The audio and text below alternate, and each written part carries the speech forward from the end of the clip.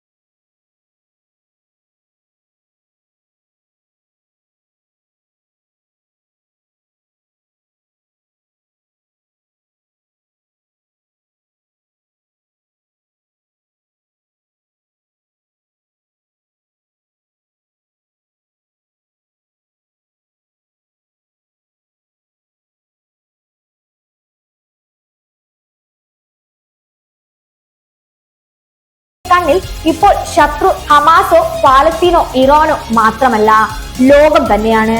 അവരുടെ ചെയ്തികളാണ് അതിന്റെ തെളിവുകൾ. UN മനുഷ്യാവകാശ റിപ്പോർട്ടർ ഫ്രാൻസിസ് അൽബനീസ് കഴിഞ്ഞ മാർച്ചിൽ തന്നെ ഇസ്രായേൽ വംശഹത്യയെ പറ്റിയുള്ള സൂചനകൾ സമർപ്പിച്ചിരുന്നു. ഈ ഒക്ടോബറിൽ അവർ സമർപ്പിച്ച വിശദമായ റിപ്പോർട്ട് ഇസ്രായേലിന്റേത് അന്താരാഷ്ട്ര നിയമപ്രകാരം വംശഹത്യ തന്നെയാണെന്ന് അന്തിമമായി സ്ഥാപിച്ചിരിക്കുകയാണ്. വംശഹത്യ നടത്തണമെന്ന ഉദ്ദേശം അനേകം പതിറ്റാണ്ടുകൾ നീണ്ട അധിനിവേശത്തിന്റെയും വംശീയ ഉന്മൂലനത്തിന്റെയും പശ്ചാത്തലം പാലസ്തീൻ ഭൂമി മുഴുവൻ സ്വന്തമാക്കി കോളനി സ്ഥാപിക്കുകയെന്ന ഇസ്രായേലിന്റെ ലക്ഷ്യം ന്യായീകരിക്കുന്നതല്ല. ICJയിൽ സൗത്ത് ആഫ്രിക്കയും UN മനുഷ്യാവകാശ കൗൺസിൽ സ്പെഷ്യൽ റിപ്പോർട്ടറും നൽകിയ തെളിവുകൾ ബൃഹത്തും ഞെട്ടിക്കുന്നതുമാണ്. ഒന്നും ഇസ്രായേലിനെ പിന്തിരിപ്പിക്കാൻ പര്യാപ്തമല്ലെന്നിരിക്കെ ഇനി ചെയ്യേണ്ടത് UN-ഉം ലോക രാഷ്ട്രങ്ങളുമാണ്. ഫ്രാൻസിസ്ക അൽബനീസ് ചൂണ്ടിക്കാട്ടുന്നത് പോലെ UN ചാർട്ടിൽ ഇത്തരം സാഹചര്യത്തിനുള്ള പരിഹാരവുമുണ്ട്. നിയമമനുസരിക്കാത്ത രാജ്യത്തെ UN-ൽ നിന്നും പുറത്താക്കുക എന്നതാണ് UN ഭരണഘടനയുടെ 2-ാം അധ്യായത്തിൽ 6-ാം വകുപ്പ് വ്യക്തമായി പറയുന്നത്. UN ചാർട്ടറിലെ തത്വങ്ങൾ നിരന്തരം ലംഘിക്കുന്ന അംഗരാജ്യത്തെ സുരക്ഷാ സമിതിയുടെ ശുപാർശ പ്രകാരം ജനറൽ അസംബ്ലിക്ക് പുറത്താക്കാമെന്നാണ്. നിയമം വ്യക്തമാണെന്നർത്ഥം. അത് നടപ്പാക്കാനുള്ള സാഹചര്യവും കൃത്യമാണ്. 2 തടസ്സങ്ങളാണ് ഇക്കാര്യത്തിൽ ചൂണ്ടിക്കാട്ടപ്പെടുന്നത്. സുരക്ഷാ സമിതിയുടെ ശുപാർശ പ്രകാരമാണ് പൊതുസഭ പുറത്താക്കൽ നടപടി സ്വീകരിക്കേണ്ടത് എന്ന് വരുമ്പോൾ സുരക്ഷാ സമിതിയിലെ അംഗങ്ങളുടെ പക്ഷപാതത്വം പ്രശ്നമാകുമെന്നതാണ് ഒന്ന്. ഇസ്രായേലി പക്ഷക്കാർ എന്നതിനേക്കാൾ ഇസ്രായേലിന്റെ പരദേശ വകുപ്പുകളുമായി പ്രവർത്തിക്കുന്നവരാണ് US അടക്കമുള്ള ചില രാഷ്ട്രങ്ങൾ. സുവ്യക്തമായ കുറ്റങ്ങൾ ചെയ്യുമ്പോഴും ഇസ്രായേലിനെ പിന്താങ്ങുന്ന അവരുടെ രീതിക്കെതിരെ ശക്തവും ഫലപ്രദവുമായ നയതന്ത്ര വ്യാപാര സാമ്പത്തിക സമ്മർദ്ദം രൂപപ്പെടുത്തേണ്ടതുണ്ട്.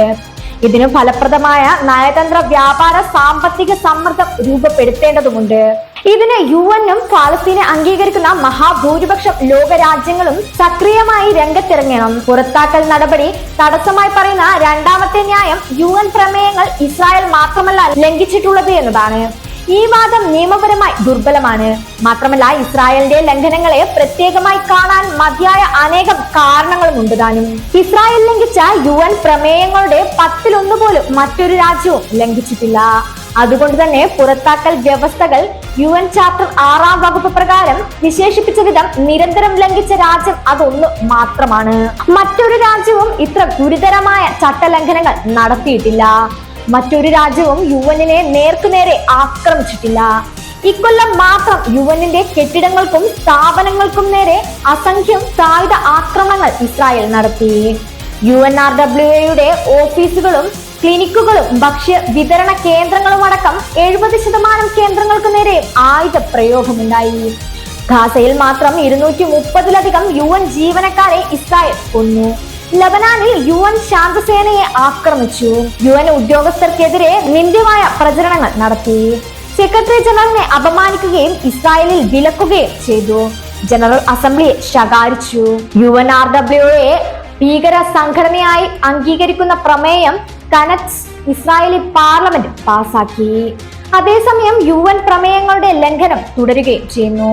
അധിനിവേശമെന്ന് UN-ഉം ICJ-യും അടക്കം പ്രഖ്യാപിച്ച പാലസ്തീൻ പ്രദേശങ്ങളിലെ സാന്നിധ്യം തുടരുകയും വ്യാപിപ്പിക്കുകയും ചെയ്യുകയാണ് ഇസ്രായേൽ. പൊതുസഭയുടെയും രക്ഷാസമിതിയുടെയും മനുഷ്യാവകാശ കൗൺസിലിന്റെയും 100-ലേറെ പ്രമേയങ്ങളെ ധിക്കരിച്ചിട്ടുള്ള ഇസ്രായേലിന് ധൈര്യം നൽകുന്നത് എന്ത് ചെയ്താലും ഒരു ഛേദവും വരാനില്ല എന്ന ധാരണയാണ്. പാലസ്തീനുകാർക്ക് സ്വദേശത്തേക്ക് മടങ്ങാൻ അവകാശമുണ്ടെന്ന് പ്രഖ്യാപിച്ചതിന് കൗൺസോക്കെ ബെർണോട്ട് എന്ന UN മധ്യസ്ഥനെ വധിക്കുകയും കൊലയ്ക്ക് ഉത്തരവാദികളെ പിന്നീട് പ്രധാനമന്ത്രിയാക്കുകയും ചെയ്ത നാടാണ് ഇസ്രായേൽ. അന്താരാഷ്ട്ര മാനുഷിക നിയമങ്ങളെയും മനുഷ്യാവകാശ നയങ്ങളെയും അപ്പാർത്തൈഡ് കൺവെൻഷനെയും UN തീരുമാനങ്ങളെയും നിരന്തരം ലംഘിച്ചുകൊണ്ടിരിക്കുന്ന ഒരു തെമ്മാടി രാഷ്ട്രത്തെ പുറത്താക്കാൻ കഴിഞ്ഞില്ലെങ്കിൽ പിന്നെ UN-ന് നല്ലത് സ്വയം പിരിച്ചുവിടുന്നത് തന്നെയാണ്.